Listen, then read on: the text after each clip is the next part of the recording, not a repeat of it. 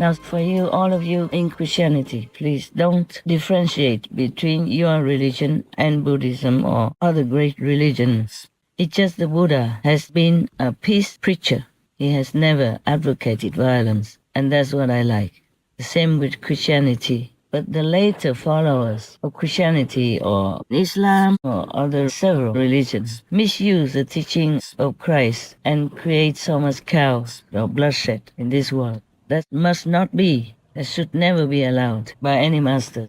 But sometimes they are forced into that situation. Like, for example, Sikhism was also relentlessly persecuted by the government at that time. The story of Guru Arjan Dev Ji, vegetarian, the fifth Sikh Guru, is one of profound strength in the face of unimaginable pain. He was a man of peace, known for his gentle heart and vision for a harmonious society. But the world around him was filled with hostility and intolerance. The growing influence of Sikhism disturbed the Mughal Emperor Jahangir, who saw the community's unity as a threat to his rule. In his unwavering dedication to the truth, Guru Arjan Dev Ji refused to bow to Jahangir's demands. His courage to stand by his faith was met with unbearable consequences. When Guru Arjan Dev Ji was arrested and brought to Lahore, he was subjected to days of torturous agony. His captors forced him to sit on a searing hot iron plate while scalding hot sand was poured over his body. The excruciating pain was unimaginable. Yet, amid that suffering, Guru Arjan Dev Ji sat in meditation, reciting Tera Bana Mitha Lage. Your will is sweet to me, O Lord. Despite his body burning, his soul remained untouched by hatred or revenge. At the time of Emperor Aurangzeb, for standing against tyranny, Guru Tegh Bahadur Ji, vegetarian, was arrested and brought to Delhi. His loyal companions were tortured and killed in front of his eyes. Bhai Mati Das, vegetarian, was sawed in half. Bhai Sati Das, vegetarian, was wrapped in cotton and set on fire. And Bhai Dayalaji, vegetarian, was boiled alive. Yet Guru Tegh Bahadur Ji remained unwavering, his heart filled with the love of humanity. On November 24, 1675, in the bustling marketplace of Chandni Chowk, Guru Tegh Bahadur Ji was beheaded, etc. It's just like nowadays, even the Christian believers have been persecuted, even to death, in different countries. Believe it or not, we are in the 21st century. They still treat unbelievers very brutally. Just let them be, man. Just because they don't preach the way you want them to preach doesn't mean what they preach is not true. But there's always something. There was always human stuff. It's very sad to hear even nowadays many Christians are persecuted even to death because they're Christian. And also some Muslims are being persecuted because they're Muslim. So there are some Muslims who did bad things like terrorism, so that blankets the whole Muslim reputation. And many of the Christian priests abuse the faithful, including children and even babies. That makes people revolt against them and then against Christianity as a whole. These are very sad things. It all became terrible and brutal because of ignorance. Just like this monk Thich Nhat Hanh, he says such things about Christianity, like there's no God. It is still a small thing. But if it continues, if many people believe him and then continue to harass the Christian people, then there might be blowing up into a bigger tension, higher tension, and then there might be war between Christians and Buddhists. That is the thing. It's always how it happens to begin with. And even between Christians, they also have war with each other. Not to talk about between different so-called religions, like in Ireland long time ago, for example, like that. Between 1968 and 1998, a fratricidal conflict left over 3,500 people dead. On the Ormeau Road in Belfast, the army couldn't keep apart Protestants and Catholics. Paramilitary groups carried out attacks and assassinations. In 1998, the Good Friday Agreement put an end to this civil war. But there was agreement and eventually a ceasefire. So what are we going to do? I suggest whatever you believe in. If you think it's yours, good, you believe in it, keep it with your whole heart, whole mind. But do not interfere with other religions and criticize their faith. except when they do bad deeds, like molesting children, for example. But surprisingly, such a horrible sin and law breakers, pedophiles, for example, have hardly been punished. Still not now.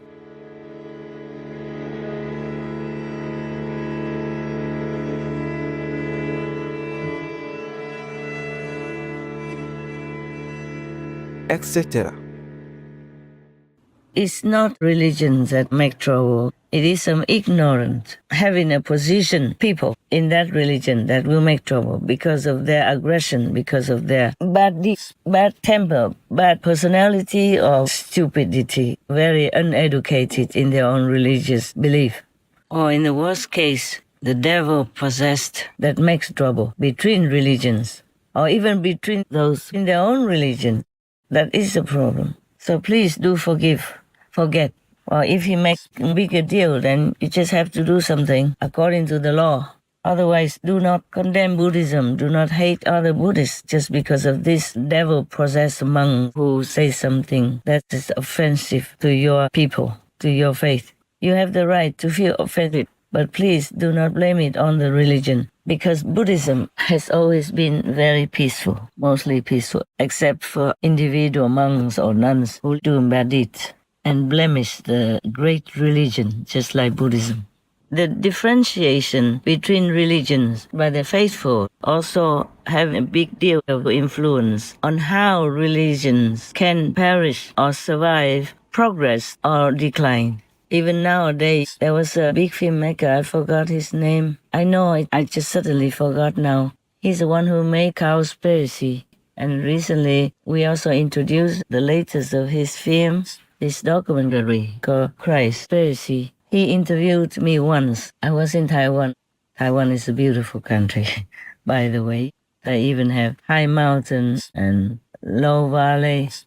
In the high mountains, you live there, you even see snow that covers, blankets the whole mountain. Alisana, beautiful, beautiful everywhere. Even though it's a small country, but from north to south, different weather. It's mesmerizing. Yeah. This documentary filmmaker is a co-filmmaker. The other one is Mr. Kun. I think Keehan Kun. I give both of them the Shining World Award for good filmmaking that influences many people, that might make them think twice before they put that bloody animal people flesh in their mouth again. And I thank them a lot. Now, not Mr. Kun, the other one, the co-filmmaker, asked me what religion I belong to. I feel very, very surprised by him because I thought he meditates, that's what they say, meditates and know a lot about religion. So I thought he knew a lot more than just that. He asked me, what religion do you belong to? I didn't answer him because I didn't know what to say to him. But he should know by now that I'm for all religions, good ones, not by the name of it, but by the faithful who follow that religion. Should I put down all other religions to glorify my own opinion just for one choice? Maybe his choice? It was truly such an honor. I've been vegan 10 years. When I went vegan 6 years before Cowspiracy, a lot of Cowspiracy was inspired by your book that I found. So you had a big part of Cowspiracy. So thank you. Very honored to be. Well, let's start asking some questions. What religion would you say that you follow? Well, actually, all religions taught similar things. Even in the Bible, it says, be you not among meat eater and wine drinkers. But you see, we do follow or not? See, and in Buddhism, it's also similar like that. Buddhism has 5 precepts, including all those don't eat meat and stuff like that. Buddha say, if you eat meat, you're not my disciple. Yeah, and the Bible say the same, yeah? Don't be among meat eaters and wine drinkers.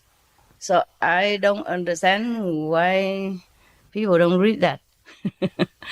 Yeah. What religion do you follow? Originally, I followed my parents, like Catholicism and Buddhism.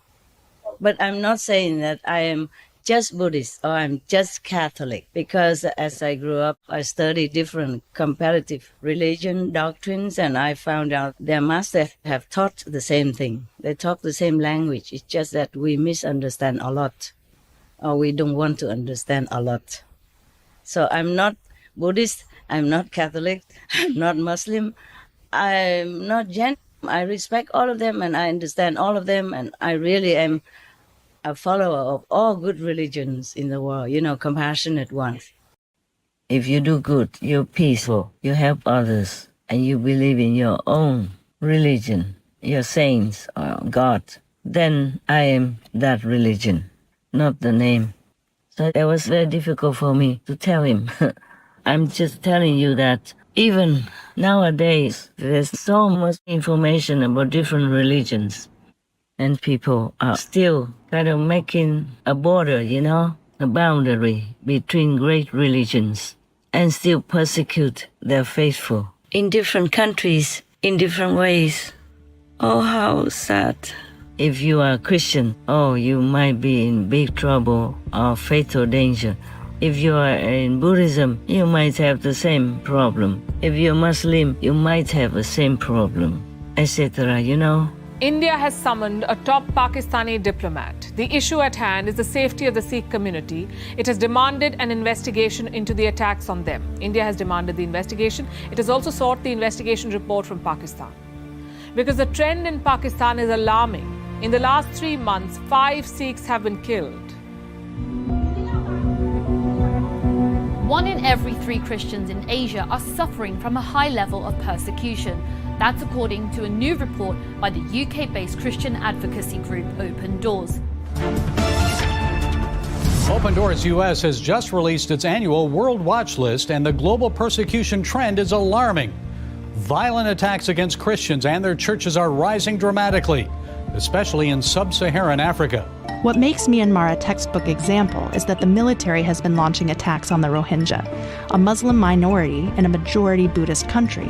Violent tactics have forced tens of thousands of Rohingya to flee their homes. While many fled to Malaysia and Thailand, most ended up in Bangladesh. The recent wave of violence is the latest in a pattern of discrimination that started over 50 years ago.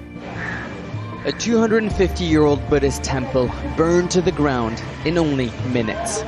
Shugatu Barwa says he couldn't do anything to stop a crowd of angry Muslims from destroying it.